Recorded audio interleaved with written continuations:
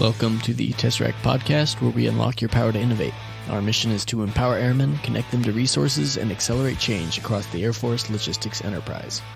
Specifically, our team works as an innovation accelerator assigned to the Air Staff Logistics Directorate, where we partner with airmen to operationalize the new sustainment strategy. My name is James, and I'm going to be your host today. So seated with me here, starting at the far end, is Miss Brown. This is the Deputy Director of half A4L, so this is General Hurry's kind of number two. Then we have the Associate Director for half A4L, Colonel Hartle, and then right next to me from half A4PA, my innovation partner in crime, Mr. Malby. Emphasis on crime. If to get started, just for some context for the room, if you'd like to give us sort of a one-paragraph description of who you are and what you do, we'll start at the end there, Miss Brown. I purposely sat down here so I wouldn't have to go first, but that's okay. Good morning to all of you. Wow, it's really exciting and fun to be here. I was telling Colonel Hartle, I may very well be the oldest person in the room, so it's a little bit, I'm looking. There's a little disconcerting, but it is really good to be here. It's exciting to be here. We're very excited about the Tesseract team, and I know that you guys have had quite a bit of interaction and history, and you've got General Hurry coming in to wrap things up later on this morning. And as was mentioned, she's been a huge advocate for Tesseract. This was kind of her vision, if you will, for innovation to really help our airmen. And so, as he mentioned, I actually officially, as of a couple weeks ago, I've been the pseudo acting deputy for about a year after Mr. Beatty moved on, but I've been officially assigned as of a couple of weeks ago. So I didn't say it for that, but really appreciate. And I will tell you, you're going to find out firsthand. If you don't know General Hurry, most of you probably do. We could not ask for a better boss or somebody who is more of an advocate for all of you. And I've been a civilian for about 37 years or so, and I've served at base level, unit level, MAGCOM centers and different places. And I always thought that, I was an advocate for the warfighter, and I always thought I was big in the log IT space, and we'll talk about a little bit of that this morning. But when I came to A4L, and I got in the building and I realized that 200,000 plus airmen are impacted on a daily basis by what we do in A4L, whether that's, and I know you hear words like policy and you're like, oh, whatever, but policy, training, giving you guys the tools that you need to do your jobs. Never before had I really realize the impact that we have on the field and to those airmen and those of you out there in the field trying to get it done. And so it's really an exciting opportunity for me to be in this role where I can, no kidding, have that impact. And we're going to talk this morning a little bit about some of the changes and things that we've been able to implement already, but we have a lot more to do. And we really need those of you that are here to go back to your units and your bases and your organizations and be those change agents for the Tesseract team and to encourage people to bring those changes forward and their good ideas forward. Because without all of you out there, we can't be all those places, but you can. And there are people, you talk about 6 degrees of separation, but there are people that you're going to impact that some of us would never have the opportunity to meet or impact. And so you guys being those messengers and fostering that culture of change across the enterprise is critical for us to be successful in the innovation space. So with that, I will turn over to my partner, Colonel Hartle here, and let him. Well, thank you, Miss Brown. And it's hard to follow that up because those were all the words that I was going to say. So I have to come up with something different. But I will tell you that I'm probably the luckiest colonel in the Air Force in the position that I'm in currently, because in our office, there's 3 offices, and I'm smack dab in the middle between General Hurry and Miss Brown. And I tell you, that is something for a core maintainer generating combat sorties for 27 years. Well, 27 minus 4, because I've been in the building now for 4 years, for 23 years before coming to the Pentagon, to have the experience that you bring and then all of the leadership elements and the experience that General Curry brings really has kind of helped me really understand kind of the Air Force in such a bigger picture, especially at the headquarters level. And I say that because understanding the belief in this organization, Tesseract, what General Curry has done to really speed up innovation and the criticality and the need of it, to be able to get after that peer competitor and that future fight is critically important. And so that's really kind of, I'm the luckiest guy to have both of you on either side of us, as that whole log IT world that you've been in for your career. I've always told Ms. Brown, I said, for the preponderance of my career, I thought those log IT people just wanted to make our lives harder on the flight line, but I know it wasn't an intentional act, and certainly moving forward. So, but what's good, a career maintainer, love exactly what we're doing. It's great to see so many faces here and a lot of the youth that is among us. And we'll certainly get into some of those comments as we get going. Malby? Well, hi, good morning, everybody. My name is Brian Malby. I'm from A4PA. What we do is we provide the support for the A4 CIO for the logistics portfolio. That's Mr. Anthony Beatty and General Zulsdorf. So the support that I provide in that regard encompasses a few different functions. One is the Innovation Working Group, which is actually 3 organizations combined. That's us, Tesseract, and also AFMC. So beyond that, I also do mobile and wireless, and we have a flight line connectivity project we're working on right now. We're really excited about. I also kind of do a lot of work with Cloud One, lots of stories with Cloud One. And then other bits and bobs that come along is when in doubt, you have a problem, you can't solve it, throw an angry old guy at it. That'll usually do the trick. So just kind of give you a little bit about my background. So I was just under 26 years active duty. I retired as a chief. If anybody here over the course of the next hour is like, how this weirdo make chief, let me know, because I'd love to know too. So I'm really excited to be here. I'm very glad I was invited to talk to you because, as having worked the innovation now for almost 2 years, I know the struggle is real. On one hand, you have the Air Force saying, we want you to innovate, we want you to go forth, but you're still running across that wall of bureaucracy.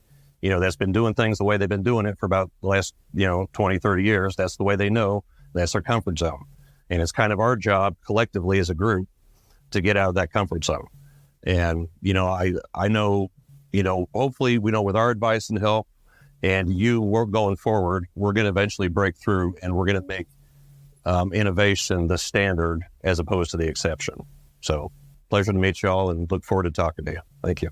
Thank you all. Before we dive into the questions, I'd like to level set in 2 different capacities here. The first, for the audience, it's a smattering of self-selected or kind of sponsored people to be here and learn about the innovation ecosystem in TOC. We are talking about the enterprise level here, and this may be a controversial definition, but when we talk about the enterprise, we are talking about a problem or a solution that exists that touches maybe multiple MAGCOMs or an entire airframe, so that sort of headquarters Air Force involvement is necessary to coordinate. So for a good example of this, cargo digitization, that touches every MAGCOM, with AMC having a big hand in it because, some of the relevant instructions, some of the relevant regs they own, but also there's Transcom involved and stuff like this. So you need someone at a higher level to kind of coordinate changes there. Just level set. The other thing for my panelists here, and correct me if I'm wrong, if that's not a good take of the enterprise. Okay. For my panelists, I'm going to ask you, there's a few questions here. If someone else answers, but you feel like you could add something to it, feel free to kind of chime in. Okay? Okay. All right. So, like to kick it off, Mr. Malby, you touched on it a little bit.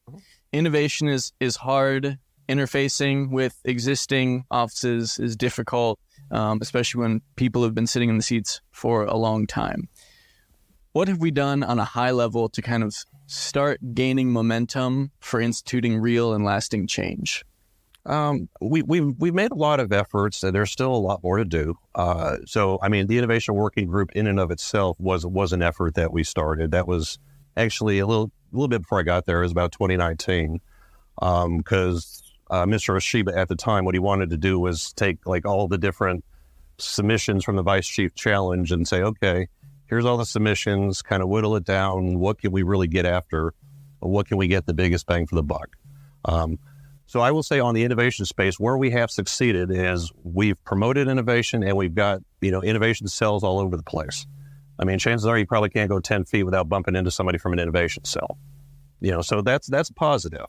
Where we need to do a lot more work is transitioning the innovation to a sustainment. And there are a lot of challenges with that because, that infrastructure really isn't designed very well to onboard innovations. Okay, so, if you know about how kind of Air Force funding works, as a general rule, for a year, you can pretty much do whatever you want. However, when you get to the second year, then you have to start looking at a sustainment home, looking to POM, and a lot of those organizations that are responsible for that, I mean, as far as taking on innovation, there really isn't that good onboard mechanism, and we're still trying to kind of find that golden key to unlock that. And then I would say also, every good innovation, every successful one ultimately starts with a good requirement. And what I can tell you is when you look at different organizations, you look at the requirements processes here and there, it's very scattershot. Like generally each installation will have its own requirements process. If they have one at all, that's beyond Cracker Barrel napkin. By the way, if that's your requirements process, that's not a good sign.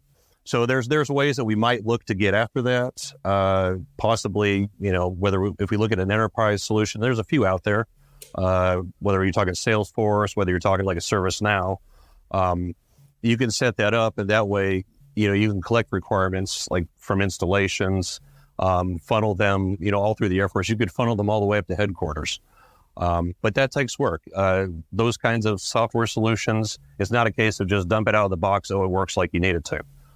You need somebody actively working to set up those workflows, maintain those workflows, but if you do that, then I think it could provide a lot of benefits going forward. So those are a couple of my recommendations. Okay.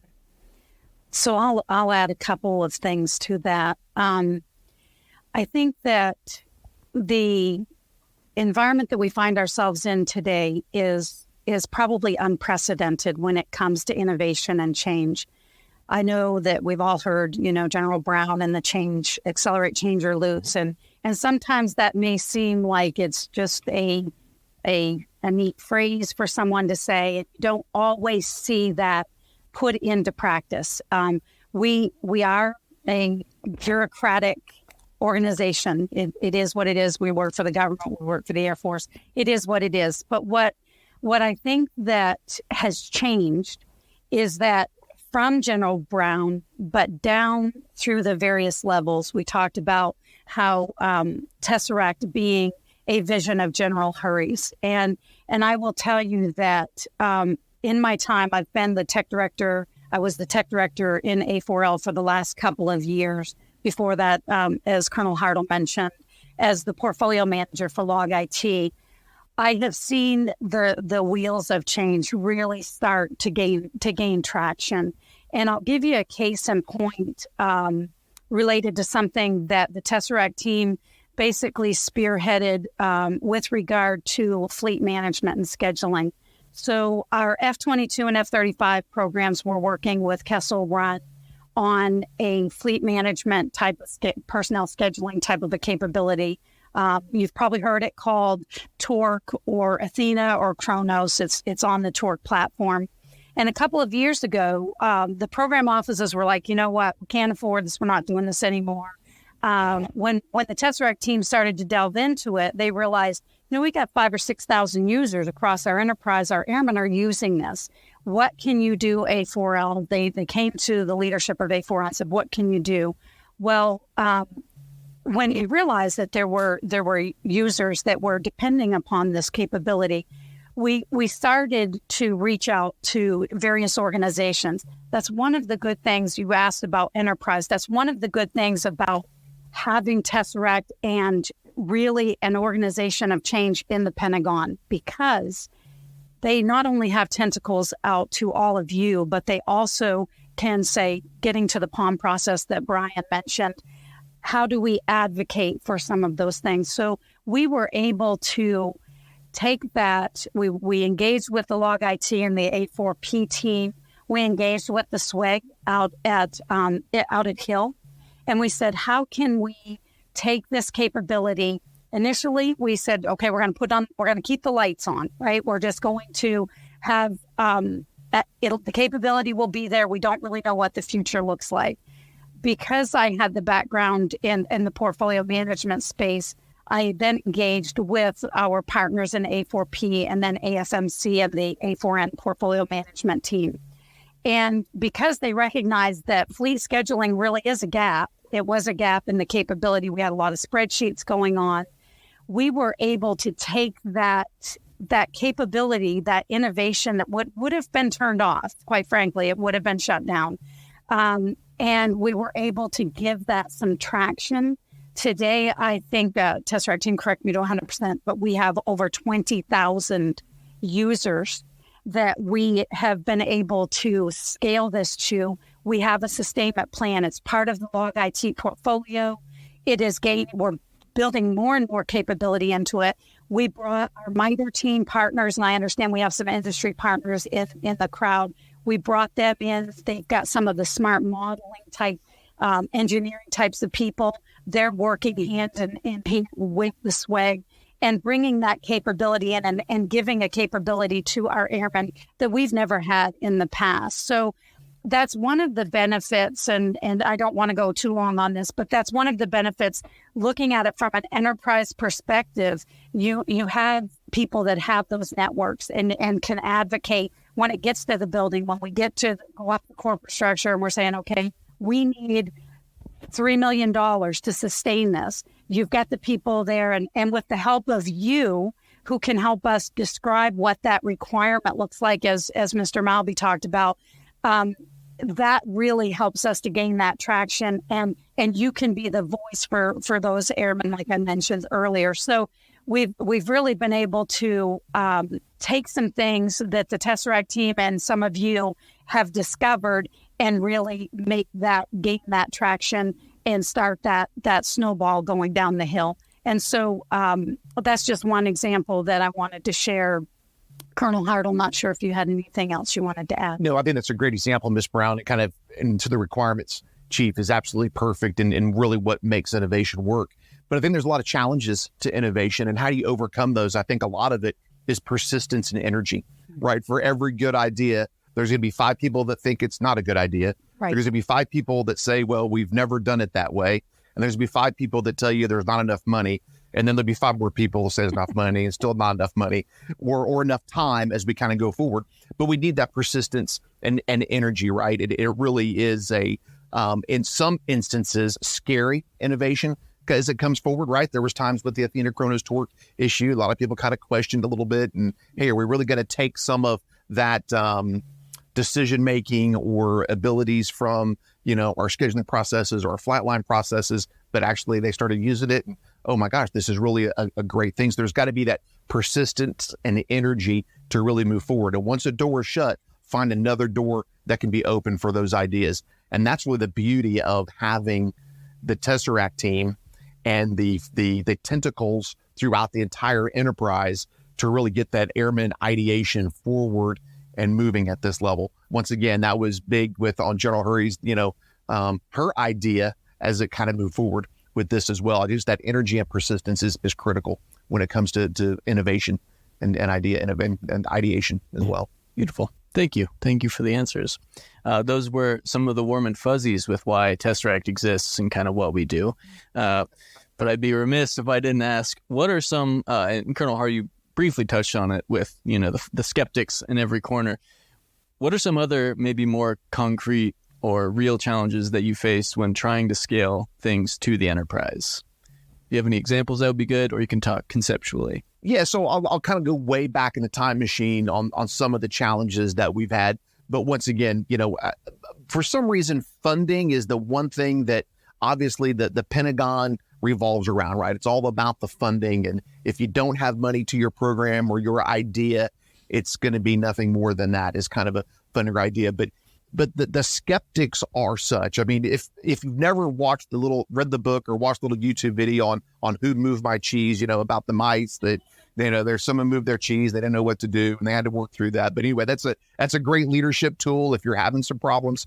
But, write that down, Who Moved My Cheese, if you never had that opportunity. Where was I going? I got on that whole, oh yeah, that's right.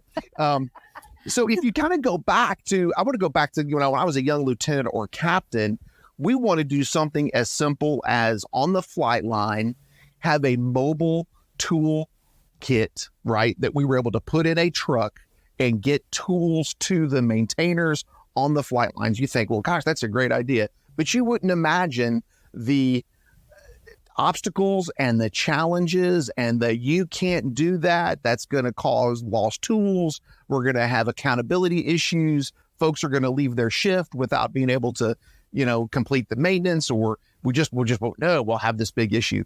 But it took time and it took persistence and it took a lot of energy. But luckily, had 2 young airmen and a senior master sergeant that ran that idea, and we actually outfitted a truck and moved forward.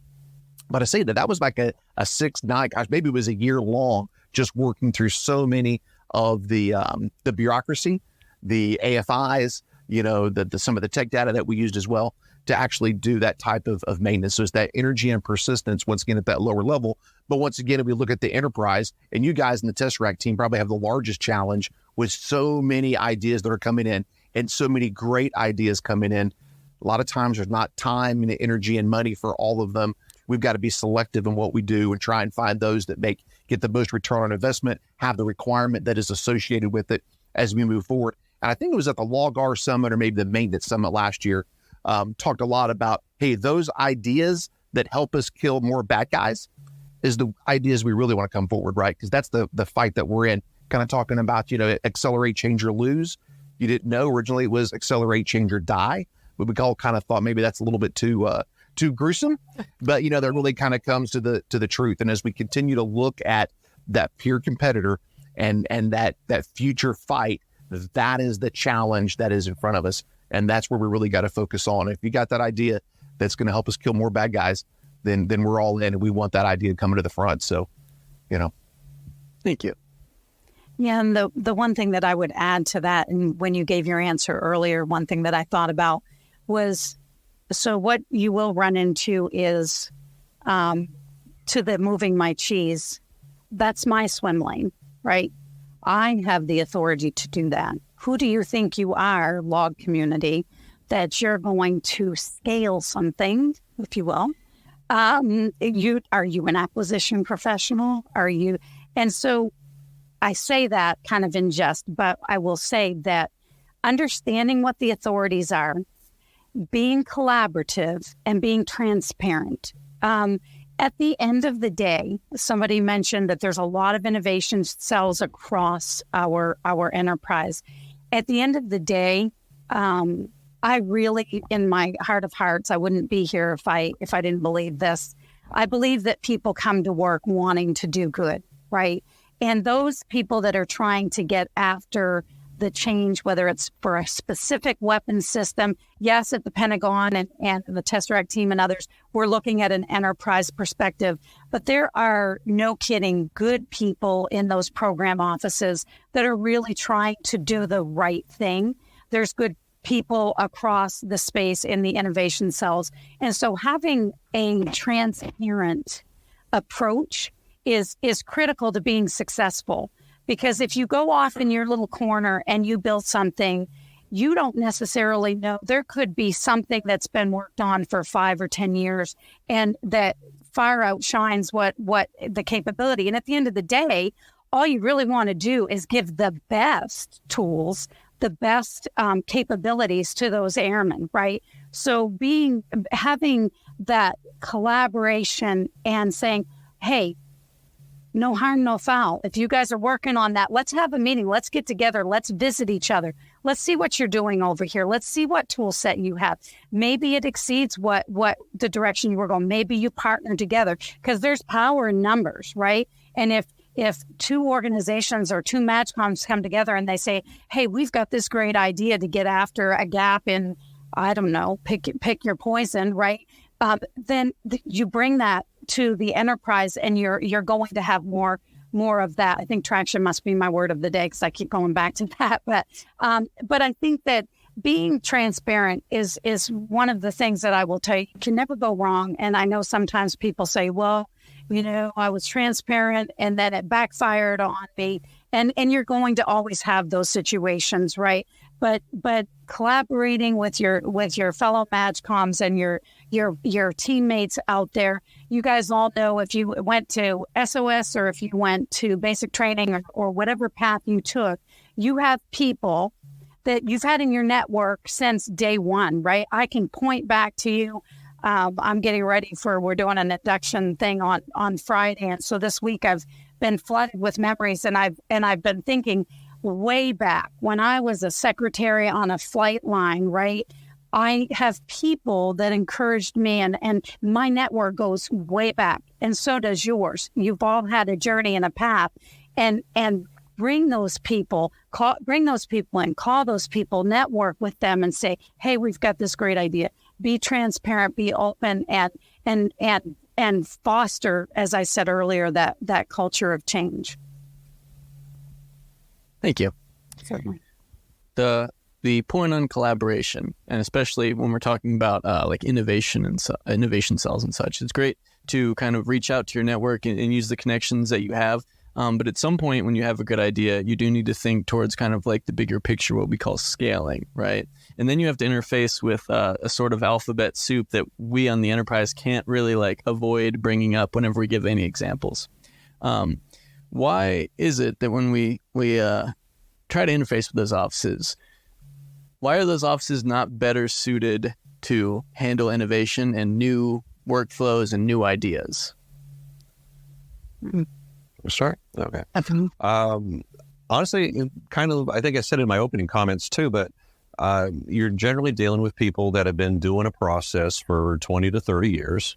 They have their comfort zone. It's what they like. And what you're bringing to them in their mind adds risk. Okay. And, unfortunately, for much of my career, the mentality was risk equals bad. Okay. We've never been all that good at, making, calculated risk decisions, because you cannot eliminate all risk. I mean, yeah, you should try to mitigate it when possible. Don't take on stupid risk, especially if it's going to endanger personnel, or have what have you. But,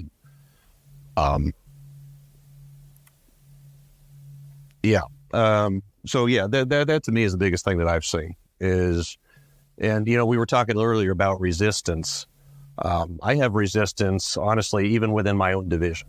I mean, I'm not going to mention names, but I had one individual in a public Teams chat refer to my innovation program as a slush fund. Okay. So again, you guys are all pioneers in this innovation space, and what you're doing is extremely important because there is still a lot of things to break down. So that's what I'm saying. If I'm encountering that within my own division, I can only imagine, what you're encountering out in the field, just like, Ms. Brown said, just like Colonel said, saying, oh, we've never done it this way before. And, you're just going to waste money, because I hear that one all the time too. I'm just throwing money down a hole. So, those are the biggest challenges. And kind of, when they were talking earlier about having the energy and salesmanship, you do have to do that, because that is not something that comes naturally to us. Okay. I don't think anybody in this audience thinks they're a salesperson. Okay. But if you're in this space, I got news for you. You are. Okay. You have to be able to sell the change, because one thing I've noticed over the course of about 30 years is airmen, and not the rank, I'm talking about Air Force airmen, are the masters of passive resistance. Okay. They're not necessarily going to say anything out loud because they don't want to get in trouble with their boss or whatever, but okay, new thing. Yeah, I'm just going to kind of passively just stall, let it go until some people PCS and it dies and we win. Yay. So those are all the kinds of things that you're going to encounter when you're trying to, build up an innovation. Back on, make sure my mic was back on. So perfect. So that innovation resistance, the scaling resistance, I think is a little bit hard as we look at the kind of the risk that's associated with it. But knowing that when an idea comes forward and we've gone through, all of the right processes and we're getting really close to scaling, that salesmanship still has to continue. That resistance still may be there in certain pockets. And you just kind of go back to, well, why is that? A lot of it kind of goes back to human nature, watch who moved my cheese. But more importantly, y'all are going to remember that Hartle guy kept saying, who moved my cheese? I used that in the commander's call once when I was a much younger commander and have as much gray hair. Once again, trying to get some change advocacies through that organization. But as we kind of look through some of that resistance, we've got to know and understand that as we look to scale and innovation, there's going to be on the front end a little bit of workload that is going to transition, or someone is going to be asked with a certain authority to do something different. And once again, that is hard. It's kind of like innovation and change are somewhat synonymous in a lot of ways, but kind of once we're going there, we got to know and understand we're not bringing an innovation forward to go slower and spend more money, right? It's usually the other way around, but there's usually some of that front end sunk cost comes down to that return on investment associated to a requirement as we certainly move that forward. Of course, the greater the return on investment, right? The more success and chance that we have to actually scale that innovation. But we've all heard of that, that valley of death, right? We've got this great idea, it gets right to that valley, and then we've got to pull that idea through. And that's usually because there's resistance, there's a lack of potential funding, and there's other things that it's competing with. We see that a lot. I think kind of one of the best examples, even a good idea, or as we scale an innovation, we have made changes, sometimes even habits get in. A great example, Lieutenant General Reno, when he was the A4 back many years ago, the example that he used a lot of times when he was trying to reinvent how we manned our maintenance shifts on the flight line was, what if I told you that rather than putting your pants on first, for us guys, right, wearing pants, or females wearing pants, right, put your pants on, don't put your pants on first, put your shirt on first in the morning, and then your pants, and you're going to save 2 minutes every morning getting ready, right? Oh, man, that's great. I'm going to put my shirt on first and then my pants. And, but guess what? Next morning I get up and I put my pants on. Oh, shoot. If I put my shirt on, I'm going to save 2 minutes. It was the exact same thing that he was trying to get through, is the habitual way in which we do so many things. Hey, we may have this new idea. We may have this new process, but sometimes we revert back to the habit because we've always done it that way because it hasn't taken effect. So it's a lot of, self-check, keeping everyone, at speed and understanding what we need to do. So there's a lot of challenges there, certainly, as we look at that scaling piece of it. But if the ROI is there and the requirements there, and there's buy-in, and it's certainly at the highest level, is certainly important as well. But I also think to add on to that, Mr. Malby, Brian, Chief, I'm not sure what to call you. You mentioned the innovation working group, and that's why these forums are so good, because I talked about networking a bit earlier. But once you get that idea and you know that there's an ROI, you know that there's really serious potential with that capability, plugging yourself into some of these existing, and I know we often, when we hear governance, we all kind of start to twitch a little bit, but plugging yourself into those existing frameworks and structures and saying, hey, I have an idea. I want to propose this to the innovation working group, and getting plugged into that. I will tell you, like I mentioned, 37 years, I've realized early on, it's about relationships. And if you don't, none of us get to do, it doesn't matter how high ranking you become, you could be you could be General Alden, right? You, at the end of the day, cannot do anything by yourself. And having those networks and understanding, hey, that guy on that panel talked about an innovation working group. Maybe I need to make a phone call or send an email, plug into some of that. and you'll be amazed at what traction you get with plugging into those existing frameworks and networks. We didn't always have those working groups. We didn't always have the Ether sprints. We didn't always have LOA. LOA has become a huge advocate for innovation, main stage, right? Where the people that have these great ideas can pitch their capabilities. So a lot of good. Yes, there are challenges. Yes, there are risk-averse people, but I think you've got leadership and an Air Force that is ready to accept and welcomes those ideas. I'm going to jump on a little bit as I'm sitting here thinking, and your answer as well, Ms. Brown, which was perfect, was also, remember, the hierarchical structure of our organization at times makes airman ideation very, very difficult. I know you guys have talked that and you pretty much mastered that so many times, but as we look at trying to scale that as well, it becomes very difficult. I can't tell you how many times I've heard great ideas come into me personally, and I'm like, man, great idea, but I don't know what to do with that, right? And that's a failure on me, right?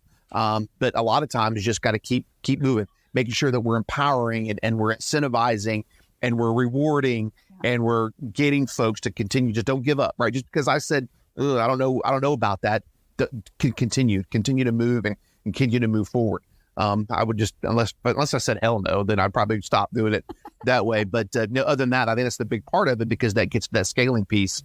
And ultimately, kind of change the subjects here on you, and I apologize, that airman ideation piece, right? I can't, empower those airmen to bring those ideas forward, no matter how crazy they sound, is kind of critical and an important piece of exactly what we're doing, because that's what we need. We need some of those wild and crazy ideas, right? That can really, make a long-lasting change to how we're going to, execute our mission.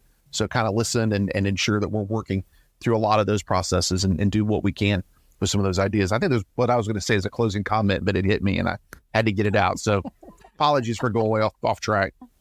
No, it was a perfect transition. Might have lost some traction. Yeah. Spinning tires up here on stage. It's fine. It's fine. No, that's a perfect transition into what I kind of wanted to talk about next. And you did touch on a little bit, but so most of the people in this room have experienced, when they think of scaling, they think of aligning with the right, like an enterprise-backed solution kind of thing, like bringing it kind of up the chain and a higher level guidance. I'd like to, and Colonel, already touched on this a little bit, but when the enterprise backing does happen, and then you have to bring it back down and start implementing it in the field, and you expect you run into some resistance there with, say, local leadership. What are some kind of tools in the toolkit, maybe some like soft touches or methods that you would go about garnering field level support from resistant local leaders? So I was one of those resistant local leaders, many times, right? I hate to say it. I'm a self-admitted resistance to change and things, but that's here for you, sir. Thank you. That's the first step. That's the first step. Admitting you have a problem. There, okay, I've got a problem. But as I kind of work through that, but it's because we were always too busy, right? We've got to, execute this mission. We've got to generate these sorties. I need those airplanes through the inspection process faster, right? All right. I just, we got to make this happen. Hey, we can, reduce inspection times by 20% if we, looked at our process and move forward. That's great. What's it going to take? Well, we're going to come in and look at your process and do some data analytics. Fine. That sounds like a lot of work. I don't have time for that. I need to generate airplanes. So that's kind of tough, right? Because many times we're focused on what our boss's requirements are, right? And then, of course, that kind of goes up the chain. Many times it goes down the chain. But at times, I think a lot of that self-reflection, leaders have always said, hey, take get the Chiefs reading list and read. Take time to reflect. I was always that guy. I ain't got time to read. I ain't got time to reflect. So, what give me another leadership principle, right?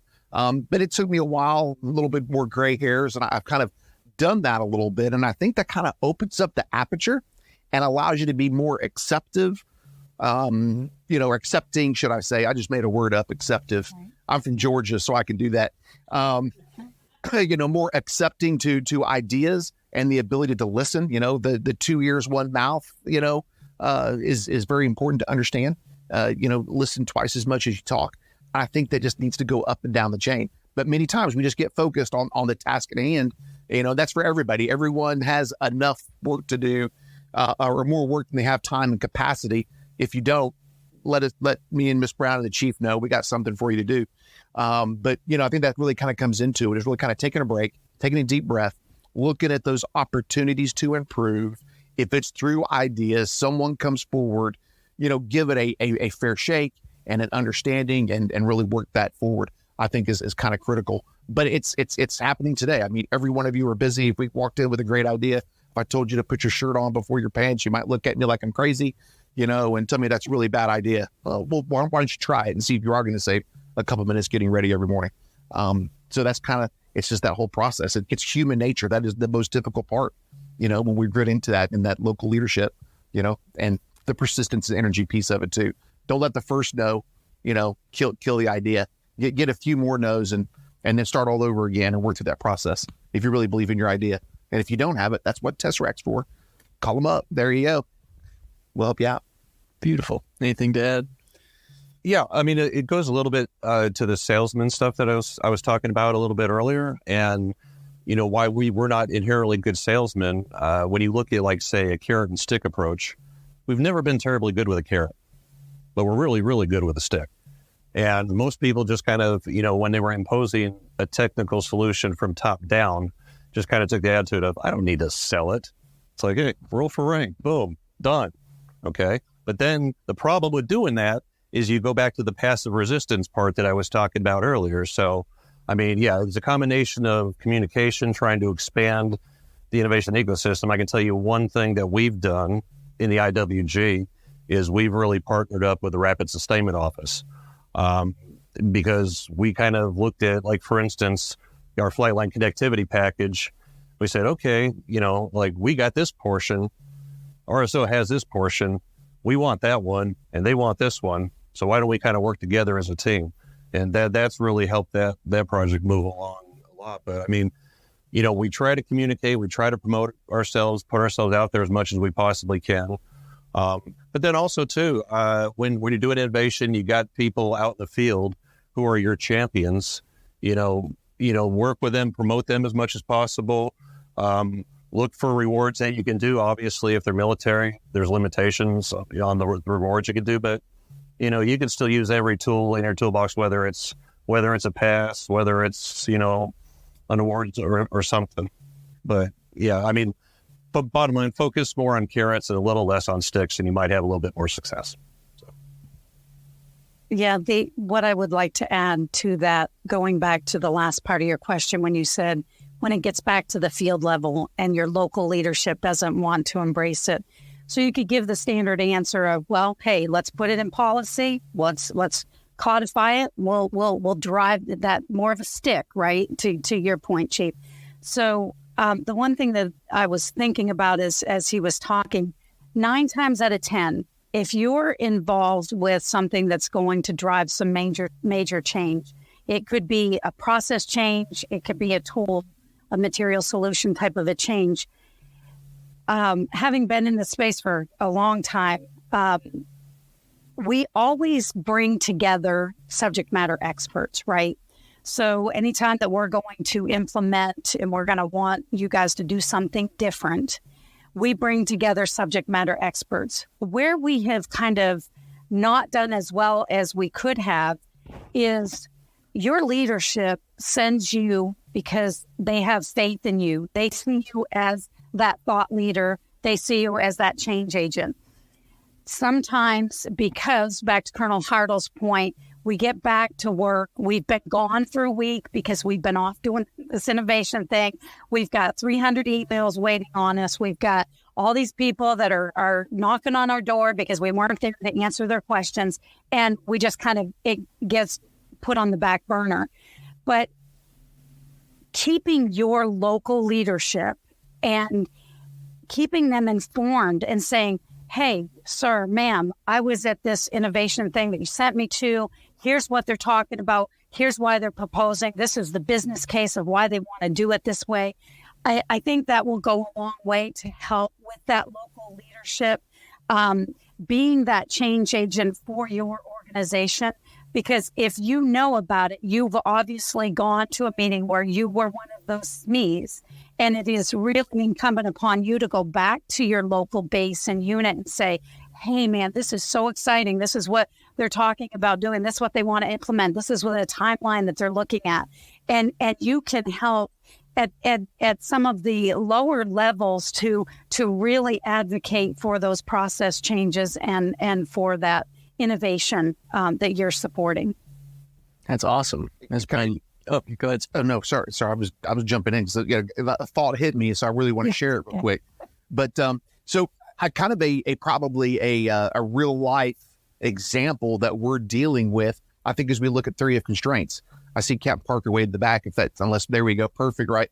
So prior to Captain Parker coming on board, we had Captain Rizzo, and I'm a firm believer. In theory of constraints, we have seen the goodness that it brings. And I had many discussions with Sophie, and I see Chief Jordan there as well, and I was like, hey, let's just freaking wrap this, throw it in policy. And that way they have to do it. It's so good for the enterprise that if we put it in the AFI, then they have to do it, right? Perfect win. It's a win.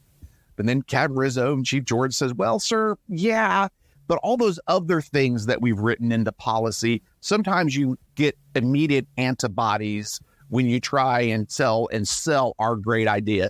So although we're probably not scaling TOC as fast as we like, right? If we put it in policy and said, thou shalt do TOC, 4 TOC events every year and blah, blah, blah, blah, we'll get some of that, but we'll get some antibodies, we'll get some resistance. But if we kind of go slowly, and we allow the enterprise to experience, there's going to be buy-in, and then we kind of get that that scaling and sustainment that we absolutely need. A much slower process. I still think, hey, just put it in AFI and we'll make them do it because it's so good for them. But then again, that builds up a lot of antibodies. But I think that's a true example of kind of some of the local leadership resistance that we get sometimes. Yeah. Or many times we get folks that are firm believers and are really moving it forward. Like I said, we'll get there. We'll get there with TOC inculcating the enterprise with that process improvement strategy. But that's a great example of what we deal with. And bad idea of mine, force them to do it. It'll be great. So thank you for that, sir. I was going to try to conceptually describe that, but that's a great example of organic growth, scaling across the enterprise the right way with buy-in on every levels. And something that we've been harping on too is the L&O network. And that's a part of the reason that it exists is so that we have kind of direct messaging with people in the field, but then also that you have messaging with each other and we have this common forum that we have. So yet another plug to join the L&O network as if you needed another one. Okay. I'd like to wrap up with one final question. We've been talking about organizational things and the seats that you're in and how you've perceived innovation and dealt with it over the years. But I'd like to kind of close on a more personal note. Why is innovation important to you as a person? For me now, okay, so I'm not a logistics guy. I'm actually in a career broader. I'm an A6 person. So, boo. But I will tell you why it matters to me because, I was that era.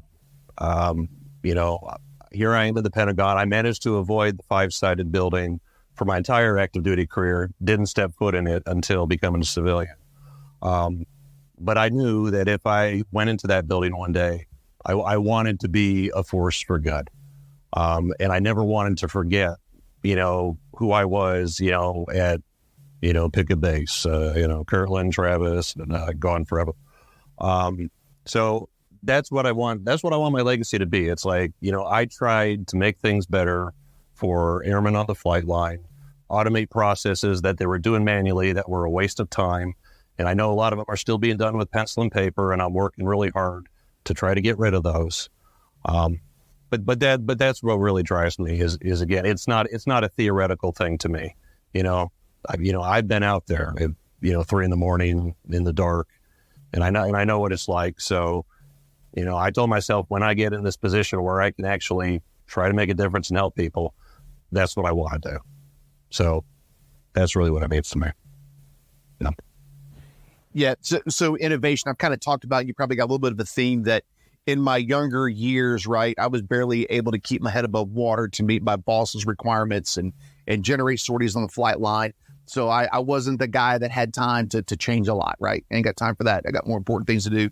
Go away. So what's refreshing is that today's leaders and leaders from the airman level, I'll say up to squadron command, even group command, there's a real difference in kind of accepting to change and that innovation. And why is innovation important to me? And I kind of alluded a little bit also to this future fight. I don't think it's a matter of if the future fight, it's really a matter of when, and then when will we win this future fight? And so much of that is going to come down to innovation, because our budget is not going to grow in the Air Force, at least not over the next 5 years. Our in strength and manpower is not going to grow either. If we were to get into a fight, we know that there are attrition levels that we have never programmed for. If you look at the number of airplanes we have in our inventory, it's not the number of airplanes and people that we need. It's the number of people and airplanes that we can't afford, right? So that should probably give you a little bit of a chill down your spine. Like, ooh, we're already behind the power curve if we were get into a fight or when we get into a fight with this peer competitor. Don't say that to scare anybody, but it's the innovation that is going to make our processes better. It's going to generate an increased combat capability, and it's probably going to help airmen survive. And I think those are critical aspects, and this is kind of where it belongs, because, once again, not more money coming, not more manpower coming, not more airplanes coming. It's going to come down to how do we really work through and do things better, faster, so we can win and survive in that future fight. And that's why it's important to me. Wow, that's an excellent. Yes. Follow that up, Miss Brown. Follow that up. Wow, yes, yeah, mic drop. Yes, that's both great answers, and I have a little bit of both in my answer. Going back to what Mr. Malby said, though I was never active duty, I mentioned that I've worked for the Air Force and the DoD for about 37 years, and I was married to the military. I was that mom at the airport and on the flight line saying goodbye to the spouse and peeling the child off the leg. And so it's very personal for me to want to make life better for our airmen. No doubt about it. I think that we should all be trying to find innovative ways to make the lives of our airmen easier and better. If what we're sponsoring and what we're trying to do does not help them, then we really probably ought to reassess what we're focusing on and what we're advocating for.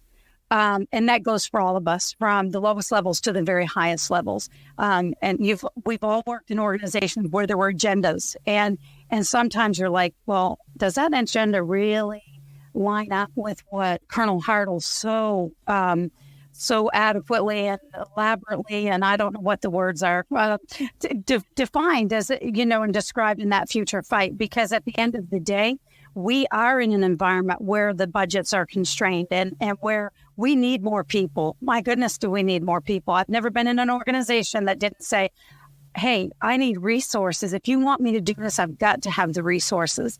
And to his point, we're not going to get a lot more money. We know our weapon systems cost more money than they used to. Our budgets are not growing commensurate with that additional and that increased cost. So we have to figure out those innovative ways to get after some of our processes, change our processes, become more efficient, more effective. And so I think that I can't say it any better than these two gentlemen have said it. Getting after the innovation that helps make those airmen and their lives better and easier, and get after that future fight is why we're all here. And that needs to be our focus every single day when we put that shirt on before our pants in the mornings. We need to be thinking about that. I was in a class not too long ago, and I don't know if any of you guys know retired generals. They called him Speedy, but General Martin. He told us a quick story about how in the mornings when he was active duty, he would look himself in the mirror and he would say, am I worthy? And all of you, no matter what level of leadership you find yourself at today, you're all headed in a trajectory to go even higher. And at the end of the day, can we look ourselves in the mirror and say, am I doing everything that I can to be worthy to take care of those airmen, because they're counting on us. They're counting on us if they're deployed and they're in those war type of scenarios and situations. Are we giving them the tools? Are we doing everything that we can do to make sure that they are prepared and that they have what they need? So that's probably why I would say it's very personal and important to me. So awesome answers. Thank you so much. Ms. Brown, Colonel Hartle, Mr. Malby, thank you so much for supporting our team and joining me on stage today. Round of applause.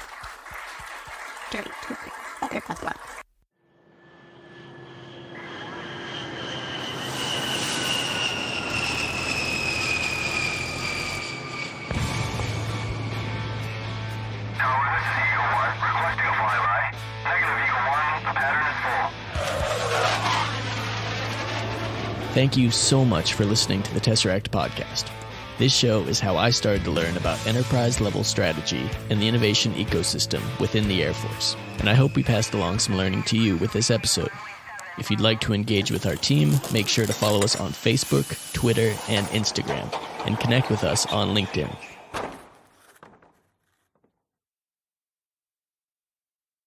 Any references to trademarked, copyrighted, or protected products or services such as books, movies, or businesses are used here for the limited purpose of education and professional development of Air Force Airmen. If you have any questions, please contact us at www.tesseract.af.mil.